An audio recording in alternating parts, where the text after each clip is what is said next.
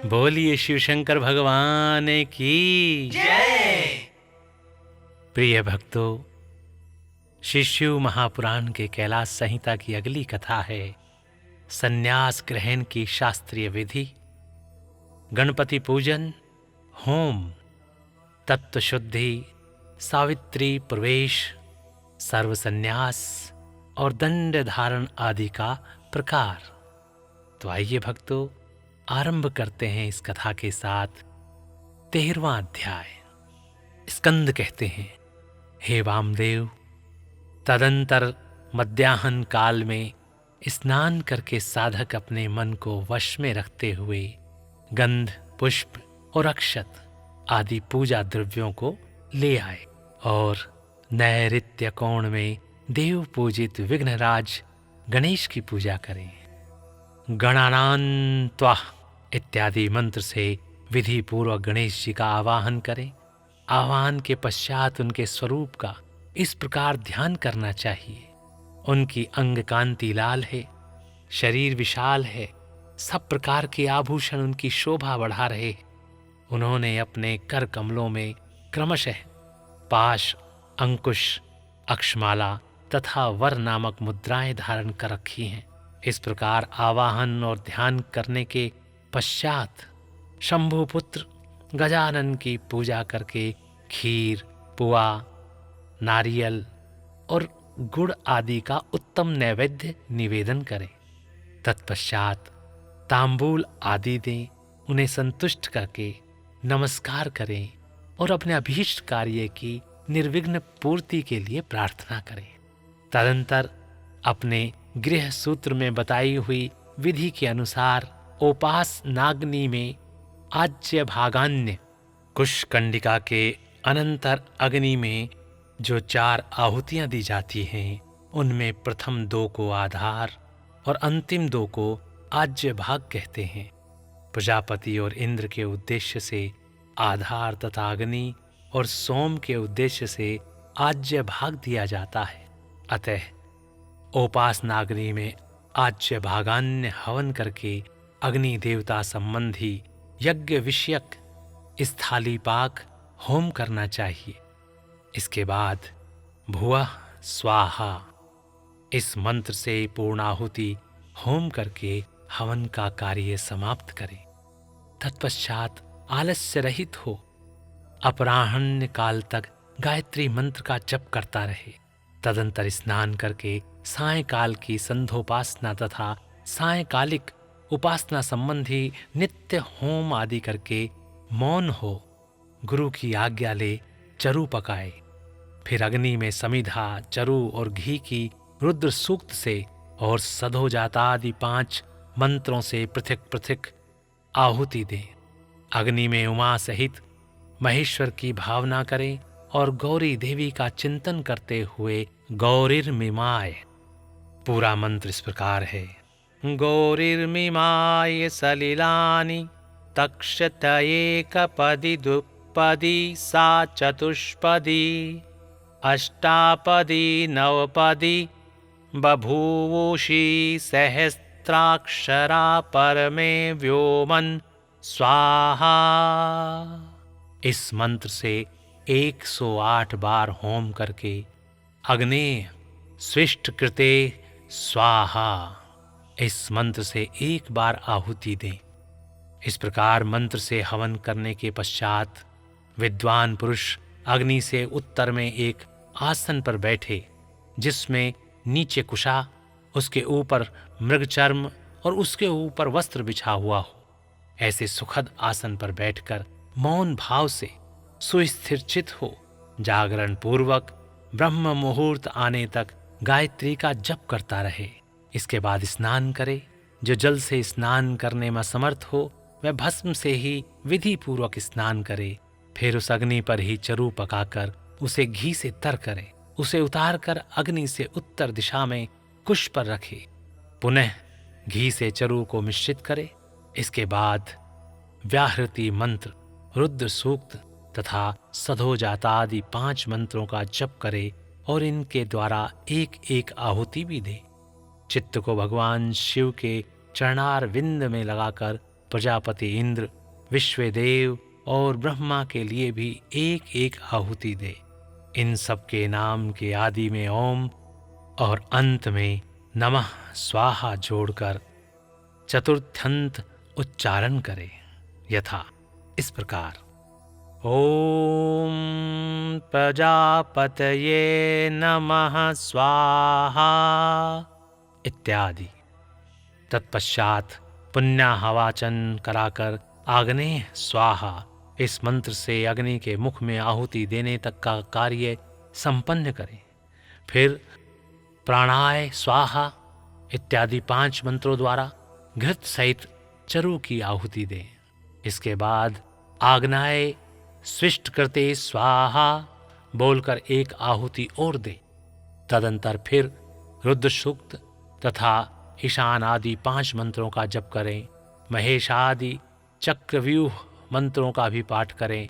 इस प्रकार तंत्र होम करके अपनी गृह शाखा में बताई हुई पद्धति के अनुसार उन देवताओं के उद्देश्य से बुद्धिमान पुरुष सांग होम करें।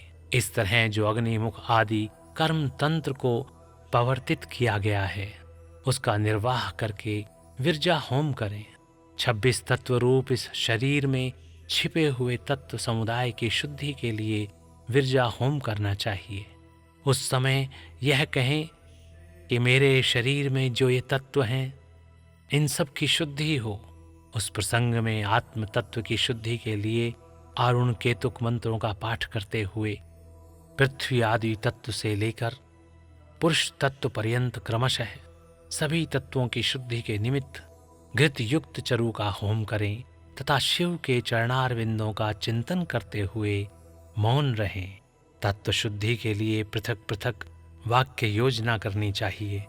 जैसे पृथ्वी आदि के लिए पृथ्व्यापस्तेजो वायुराकाशो में शुद्धतां ज्योतिर्हं विरजा विपामा भूयासयं स्वाहा। इतना बोलकर समिधा, चरु और आज्य की 40-40 आहुतियां दें। इसी तरह सभी तत्वों के नाम लेकर वाक्य योजना करें। पृथ्वी, जल, तेज, वायु और आकाश ये पृथ्वी आदि पंचक कहलाते हैं। शब्द, स्पर्श, रूप, रस और गंध ये शब्दादि पंचक हैं। वाक, पाणी, पाद, पायु तथा उपस्थ ये वागादि पंचक हैं। श्रोत, नेत्र, नासिका, रसना और त्वक ये श्रोतादि पंचक हैं। शिर, पार्श्व, पृष्ठ और उदर ये 4 हैं। इन्हीं में जंघा को भी जोड़ लें। फिर त्वक आदि 7 धातुएं हैं। प्राण, अपान आदि 5 वायुओं को प्राणादि पंचक कहा गया है। अन्नम यादि 5 कोशों को कोश पंचक कहते हैं। इनके नाम इस प्रकार हैं: अन्नमय, प्राणमय, मनोमय, विज्ञानमय और आनंदमय। इनके सिवा मन, चित्त, बुद्धि, अहंकार, ख्याति, संकल्प, गुण, प्रकृति और पुरुष हैं। भोक्तापन को प्राप्त हुए पुरुष के लिए भोग काल में जो 5 अंतरंग साधन हैं उन्हें तत्व पंचक कहा गया है। उनके नाम ये हैं: नियति, काल, राग, विद्या और कला। ये 5 माया से उत्पन्न हैं। मायां तु प्रकृतिं विद्धात्। इस श्रुति में प्रकृति ही माया कही गई है। उसी से ये तत्व उत्पन्न हुए हैं, इसमें संशय नहीं है। काल का स्वभाव ही नियति है, ऐसा श्रुति का कथन है। ये नियति आदि जो 5 तत्व हैं इन्हीं को पंचकुंचुक कहते हैं। इन 5 तत्वों को न जानने वाला विद्वान भी मूढ़ ही कहा गया है। नियति प्रकृति से नीचे है और यह पुरुष प्रकृति से ऊपर है। जैसे कोए की एक ही आंख उसके दोनों गोलकों में घूमती रहती है, उसी प्रकार पुरुष प्रकृति और नियति दोनों के पास रहता है। यह विद्या तत्व कहा गया है। शुद्ध विद्या, महेश्वर, सदाशिव, शक्ति और शिव, इन 5 को शिव तत्व कहते हैं। ब्राह्मण, प्रज्ञानम ब्रह्म। इस श्रुति के वाक्य से यह शिव तत्व ही प्रतिपादित हुआ है। हे मुनीश्वर, पृथ्वी से लेकर शिव पर्यंत जो तत्व समूह है, उसमें से प्रत्येक को क्रमशः अपने अपने कारण में लीन करते हुए उसकी शुद्धि करो। 1. पृथ्वीवादि पंचक। 2. शब्दादि पंचक। 3. वागादि पंचक। 4. श्रोत्रादि पंचक। 5. शिरादि पंचक। 6. त्वगादि धातु सप्तक। 7. प्राणादि पंचक। 8. अन्नमयादि कोश पंचक। और 9. मन आदि पुरुषांत तत्व। 10. नियत्यादि तत्व पंचक अथवा पंचकंचुक। और 11 शिव तत्व पंचक। ये 11 वर्ग हैं। इन एकादश वर्ग संबंधी मंत्रों के अंत में परस्मै शिव ज्योतिषे इदं न मम, इस वाक्य का उच्चारण करें। किस प्रकार करना है ये देखिए। पृथ्व्यादि पंचकम में शुद्धताम ज्योतिर्हम विरजा विपाप्मा भूयासहं स्वाहा। पृथ्व्यादि पंचकाय परस्मै शिव ज्योतिषे इदं न मम। इसके द्वारा अपने उद्देश्य का त्याग बताया गया है।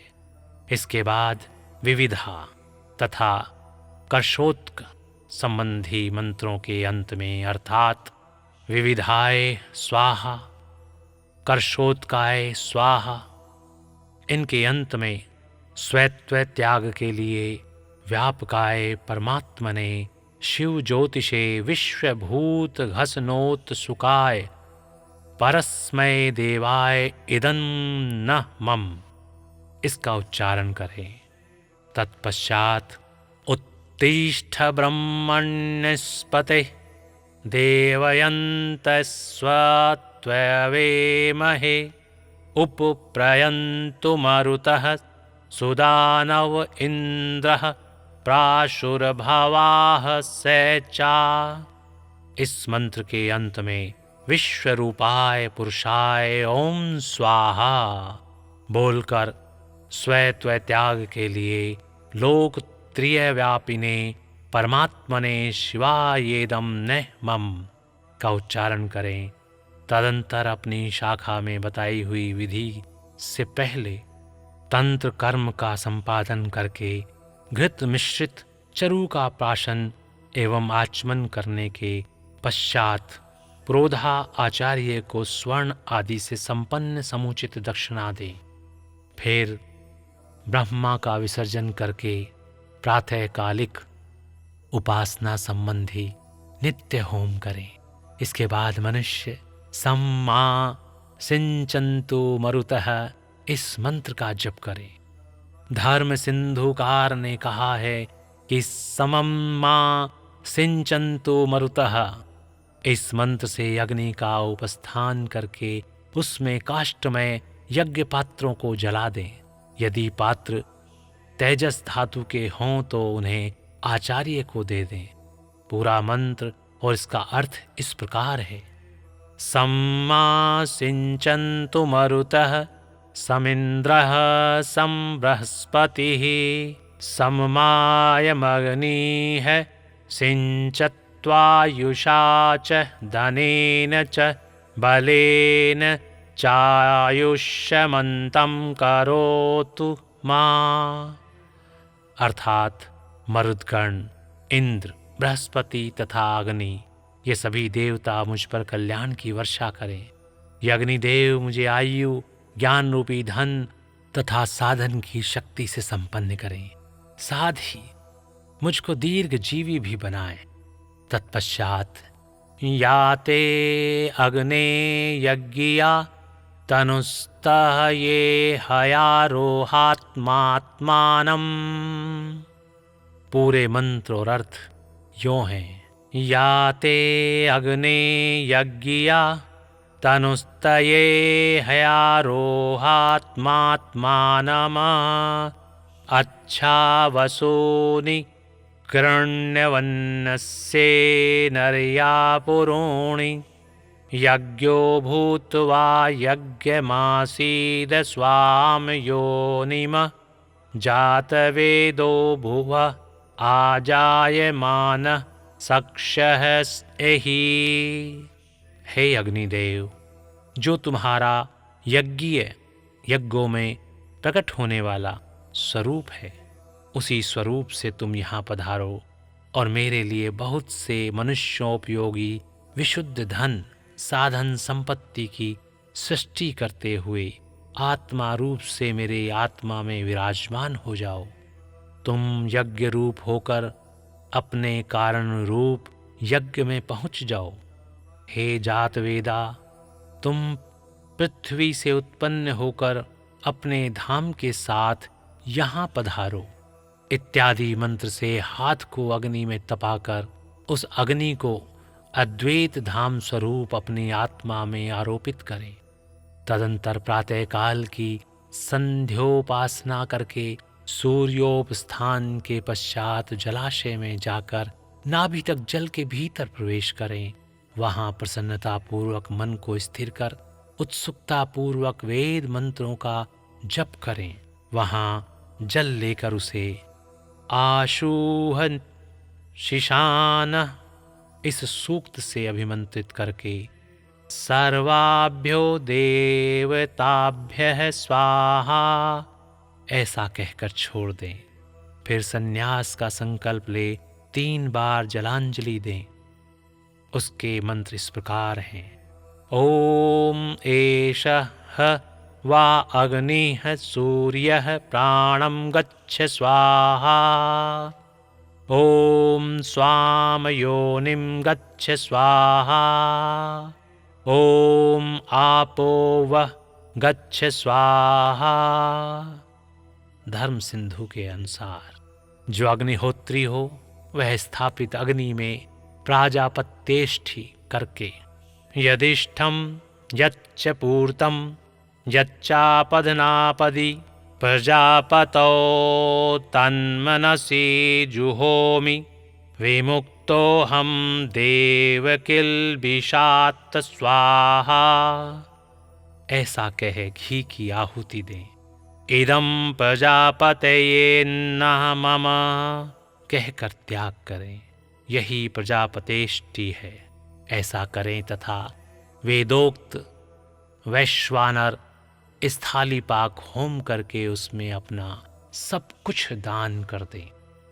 पूर्वोक्त रूप से अग्नि का आत्मा में आरोप करके ब्राह्मण घर से निकल जाए।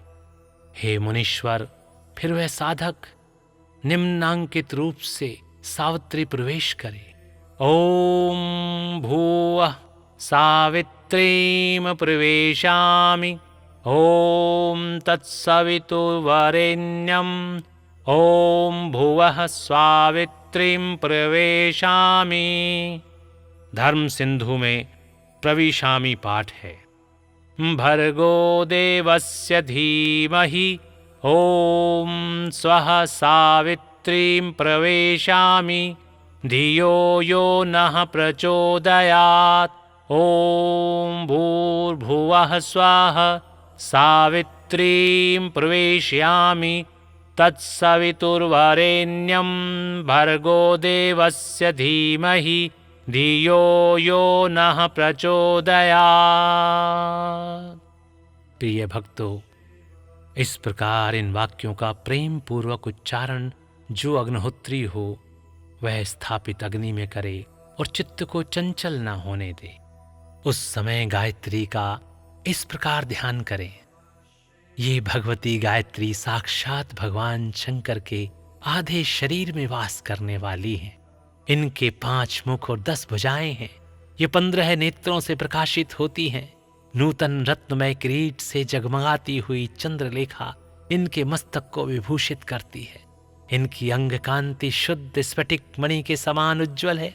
ये शुभ लक्षणा देवी अपने 10 हाथों में 10 प्रकार के आयुध धारण करती हैं। हार, केयूर, बाजूबंद, कड़े, करधनी और नुपुर आदि आभूषणों से इनके अंग विभूषित हैं। इन्होंने दिव्य वस्त्र धारण कर रखा है। इनके सभी आभूषण रत्न निर्मित हैं। विष्णु, ब्रह्मा, देवता, ऋषि तथा गंधर्व, राज और मनुष्य ही सदा इनका सेवन करते हैं। ये सर्वव्यापिनी शिवा सदा शिवदेव की मनोहारिणी धर्मपत्नी है, संपूर्ण जगत की माता, तीनों लोकों की जननी, त्रिगुणमयी, निर्गुणा तथा अजन्मा है। इस प्रकार गायत्री देवी के स्वरूप का चिंतन करते हुए शुद्ध बुद्धि वाला पुरुष ब्राह्मणत्व आदि प्रदान करने वाली अजन्मा आदि देवी त्रिपदा गायत्री का जप करे। गायत्री व्याहृतियों से उत्पन्न हुई है और उन्हीं में लीन होती हैं।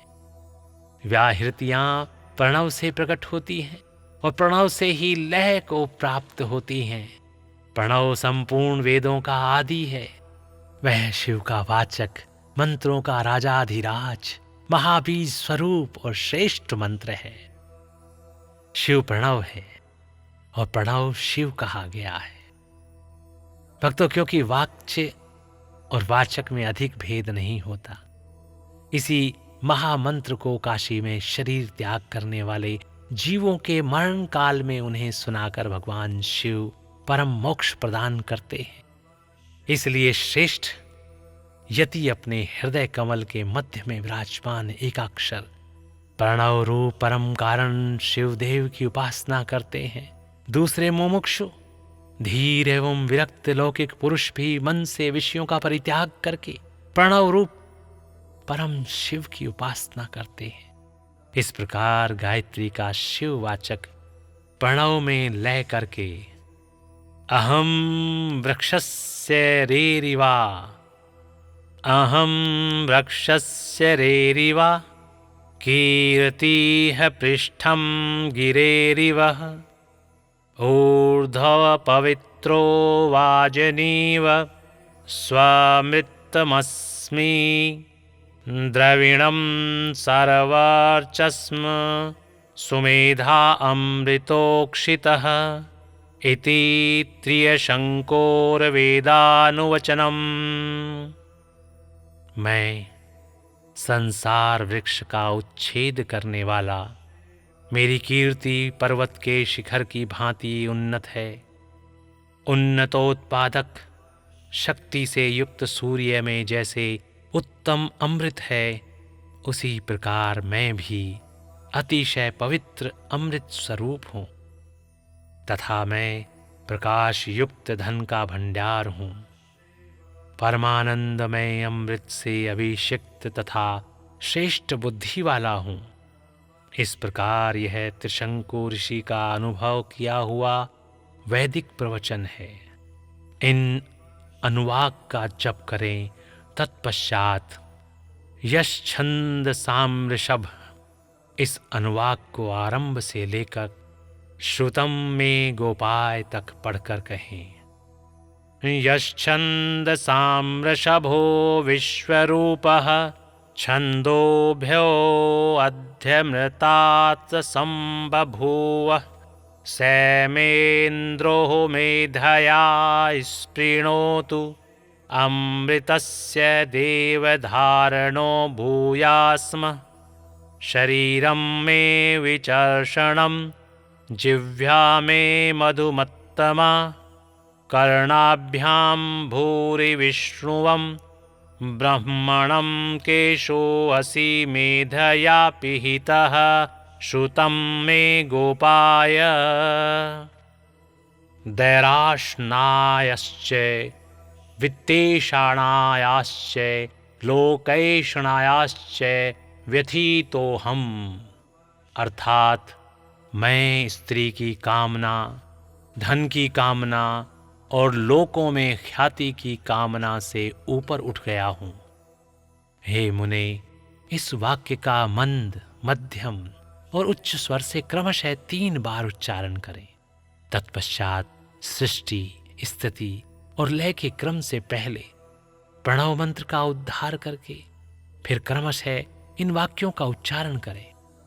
ॐ भूः सन्न्यस्तं मया, ॐ भुवः सन्न्यस्तं मया, ॐ सुवः सन्न्यस्तं मया, ॐ भूर्भुवः सुवः सन्न्यस्तं मया। मैंने भूलोक का सन्यास पूर्णतः त्याग कर दिया है। मैंने भुवः अंतरिक्ष लोक का परित्याग कर दिया है तथा मैंने स्वर्गलोक का भी सर्वथा त्याग कर दिया। मैंने भुरलोक, भुवरलोक और स्वर्गलोक इन तीनों को भली भांति त्याग दिया है। इन वाक्यों का मंद, मध्य और उच्च स्वर में हृदय में सदा शिव का ध्यान करते हुए सावधान चित्त से उच्चारण करें। तदंतर अभयम सर्वभूतेभ्यो मत्तः स्वाहा, मेरी ओर से सब प्राणियों को अभयदान दिया गया, ऐसा कहते हुए पूर्व दिशा में एक अंजलि जल लेकर छोड़ें। इसके बाद शिखा के शेष बालों को हाथ में उखाड़ डालें और यज्ञोपवीत को निकालकर जल के साथ हाथ में ले इस प्रकार कहें, ओम भुवः समुद्रम गच्छ स्वाहा। यों कहकर उसका जल में ही होम कर दें। फिर ओम भूः सन्न्यस्तां मया, ओम भुवः सन्न्यस्तं मया, ओम सुवः सन्न्यस्तं मया। इस प्रकार 3 बार कहकर 3 बार जल को अभिमंत्रित करके उसका आचमन करें। फिर जलाशय के किनारे आकर वस्त्र और कटी सूत्र को भूमि पर त्याग दें तथा उत्तर या पूर्व की ओर मुंह करके 7 पद से कुछ अधिक चलें। कुछ दूर जाने पर आचार्य उससे कहें, ठहरो ठहरो भगवन, लोक व्यवहार के लिए कौपीन और दंड स्वीकार करें। यों कहे आचार्य अपने हाथ से ही उन्हें कटी सूत्र और कौपीन देकर गेरुआ वस्त्र भी अर्पित करें। तत्पश्चात सन्यासी जब उससे अपने शरीर को ढककर 2 बार आचमन कर ले, तब आचार्य शिष्य से कहें, इंद्रस्य वज्रोहसी, यह मंत्र बोलकर दंड ग्रहण करें। तब वह इस मंत्र को पढ़ें और सखा मां गोपायोजः सखायोसिन्द्रस्य वज्रोऽसि वर्त्राघ्नः शर्म मे भौ यत् पापं तन्निवारयः। हे दंड, तुम मेरे सखा सहायक हो, मेरी रक्षा करो, मेरे ओज प्राण शक्ति की रक्षा करो। तुम वही मेरे सखा हो जो इंद्र के हाथ में वज्र के रूप में रहते हो। तुमने ही वज्र रूप से आघात करके वृत्रासुर का संहार किया है। तुम मेरे लिए कल्याण में बनो, मुझ में जो पाप हो उसका निवारण करो। इस मंत्र का उच्चारण करते हुए दंड की प्रार्थना करके उसे हाथ में ले लें। तत्पश्चात प्रणव या गायत्री का उच्चारण करके कमंडलू ग्रहण करें। तदंतर भगवान शिव के चरणारविंद का चिंतन करते हुए गुरु के निकट जा वह 3 बार पृथ्वी में लौटकर दंडवत प्रणाम करें। उस समय वह अपने मन को पूर्णतया संयम में रखें। फिर धीरे से उठकर प्रेम पूर्वक अपने गुरु की ओर देखते हुए हाथ जोड़ उनके चरणों के समीप खड़े हो जाएं। संन्यास दीक्षा विषय कर्म आरंभ होने के पहले ही शुद्ध गोबर लेकर आंवले बराबर उसके गोले बना लें और सूर्य की किरणों से ही उन्हें सुखाएं। फिर ओम आरंभ होने पर उन गोलों को होमाग्नि के बीच में डाल दें। होम समाप्त होने पर उन सब को संग्रह करके सुरक्षित रखें। तदंतर दंड धारण के पश्चात गुरु विरजाग्नि जनित उस श्वेत भस्म को लेकर उसी को शिष्य के अंगों में लगाएं अथवा उसे लगाने की आज्ञा दें। उसका क्रम इस प्रकार है, ओम अग्निरिति भस्म वायुरिति भस्म जलमिति भस्म स्थलमिति भस्म योमेति भस्म सर्वं हवा इदं भस्म मन एतानि चक्षुण्यसि। इस मंत्र से भस्म को अभिमंत्रित करें। तदंतर ईशान आदि 5 मंत्रों द्वारा उस भस्म का शिष्य के अंगों से स्पर्श कराकर उसे मस्तक से लेकर पैरों तक सर्वांग में लगाने के लिए दे दें। शिष्य उस भस्म को विधि पूर्वक हाथ में लेकर त्रायुषम जमदग्नेः कश्यपस्य त्रायुषम यद्देवेषु त्रायुषम तन्नो अस्तु त्रायुषम। तथा त्र्यंबकम यजामहे सुगंधिं पुष्टिवर्धनम् उर्वारुकमिव बन्धनात् मृत्योर्मोक्षीयमामृतात्। इन दोनों मंत्रों को 3-3 बार पढ़ते हुए ललाट आदि अंगों में क्रमशः त्रिपुंड धारण करें। तत्पश्चात श्रेष्ठ शिष्य अपने हृदय कमल में विराजमान उमा सहित भगवान शंकर का भक्ति युक्त चित्त से ध्यान करें। फिर गुरु शिष्य के मस्तक पर हाथ रखकर उसके दाहिने कान में ऋषि छंद और देवता सहित प्रणव का उपदेश करें। इसके बाद कृपा करके प्रणव के अर्थ का भी बोध कराएं।